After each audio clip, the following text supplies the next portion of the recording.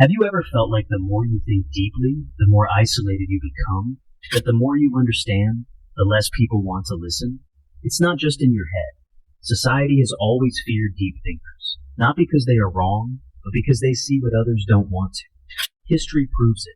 From Socrates to Nietzsche, from Galileo to Tesla, brilliant minds have been ridiculed, silenced, or ignored, not because they lacked intelligence, but because they made people uncomfortable. Schopenhauer, one of the most brutally honest philosophers, believed that intelligence itself was a curse, one that isolates those who see the world too clearly. But why does this happen?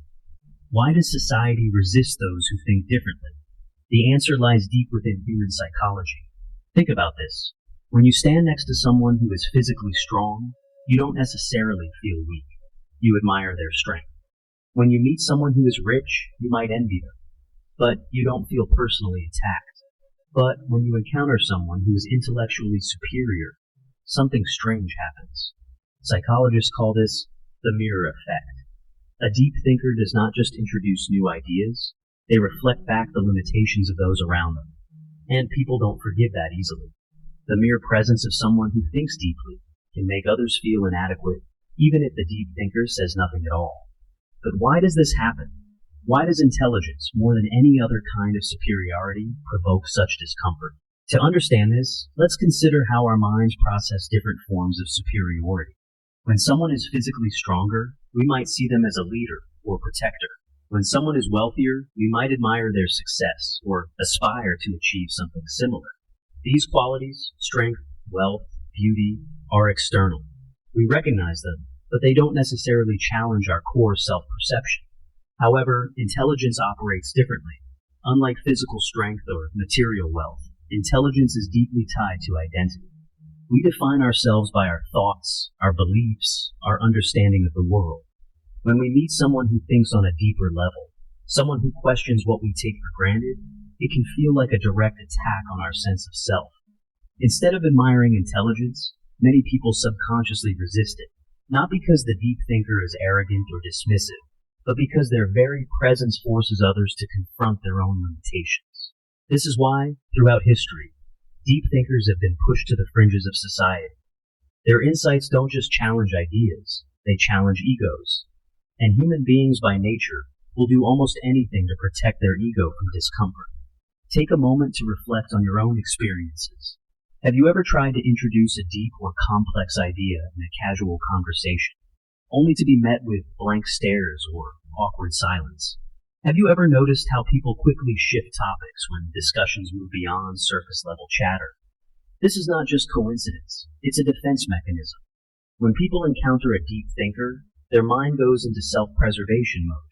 Instead of being curious, they resist. Instead of engaging, they dismiss. This is why intellectuals, philosophers, and visionaries often find themselves isolated, not because they want to be alone, but because society pushes them away. Interestingly, studies show that confidence is often valued more than intelligence in social settings. People are naturally drawn to those who project certainty, even if their ideas are shallow. This is why charismatic but simplistic thinkers gain more influence than deep thinkers who speak with nuance. History is full of examples. Populist leaders, motivational speakers, and viral influencers who thrive by telling people what they want to hear, rather than challenging them to think critically. Meanwhile, those who question widely accepted beliefs often struggle to find a broad audience. This is the paradox of intelligence. The more someone seeks truth, the more they become disconnected from the majority. The mirror effect does not just reflect society's limitations. It highlights why society resists change in the first place. But the question remains, if intelligence is so threatening, is there scientific proof that people actually fear it? Modern neuroscience backs this up. Studies show that when people feel intellectually inferior, their brain's amygdala, the region responsible for fear and threat detection, becomes highly active. In simple terms, deep thinking is not just intimidating. It triggers a primal survival response, similar to what we feel when facing danger. But why does intelligence activate the same fear circuits as a physical threat? The answer lies in how human brains evolved.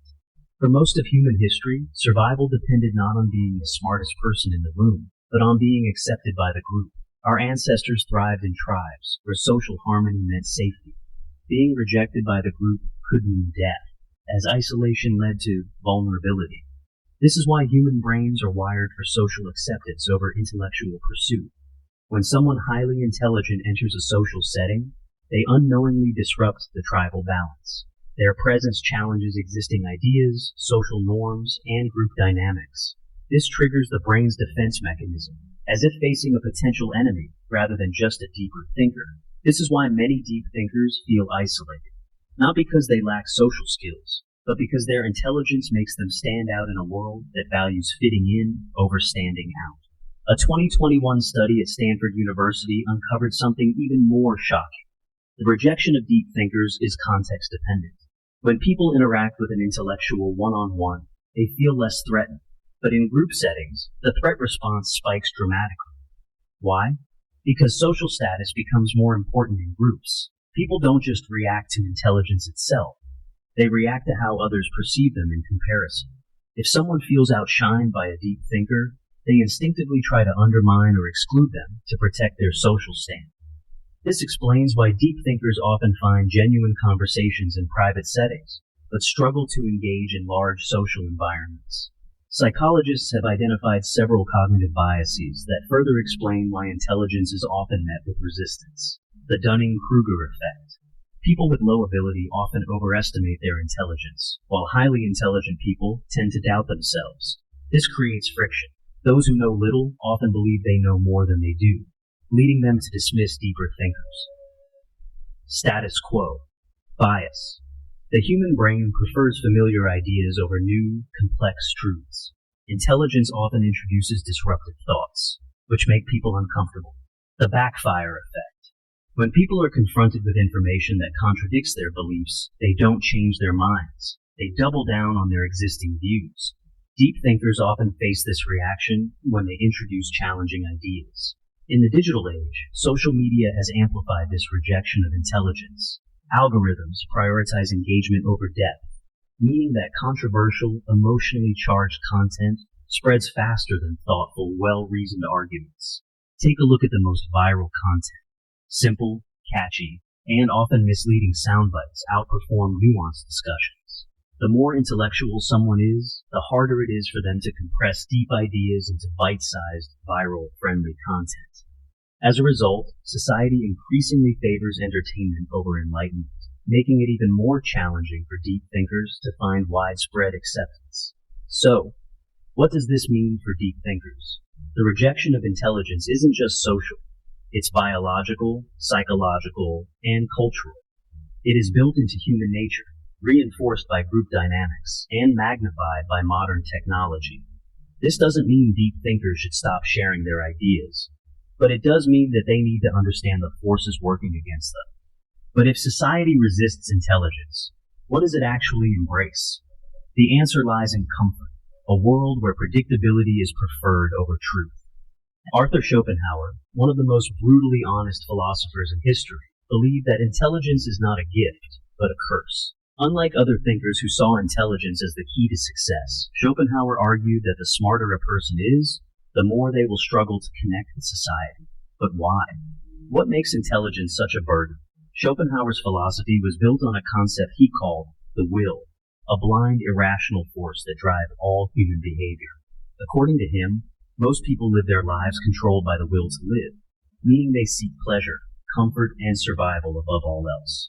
However, highly intelligent people operate differently. Instead of blindly following instincts, they develop the will to truth, an insatiable desire to understand reality, even if it leads to discomfort. Regular people seek pleasure and avoid difficult truths. Deep thinkers seek truth, even if it leads to pain and isolation. This creates a fundamental disconnect between intellectuals and the rest of society. Where most people find meaning in relationships, entertainment, and routine pleasures, deep thinkers often feel disillusioned with these things, seeing them as distractions from deeper existential questions. Schopenhauer believed that the more a person understands human nature, the harder it is for them to relate to others. They see through lies and deception. Most social interactions involve small talk, status games, and polite dishonesty. And deep thinkers who value truth over appearance often struggle to participate in this. They crave depth.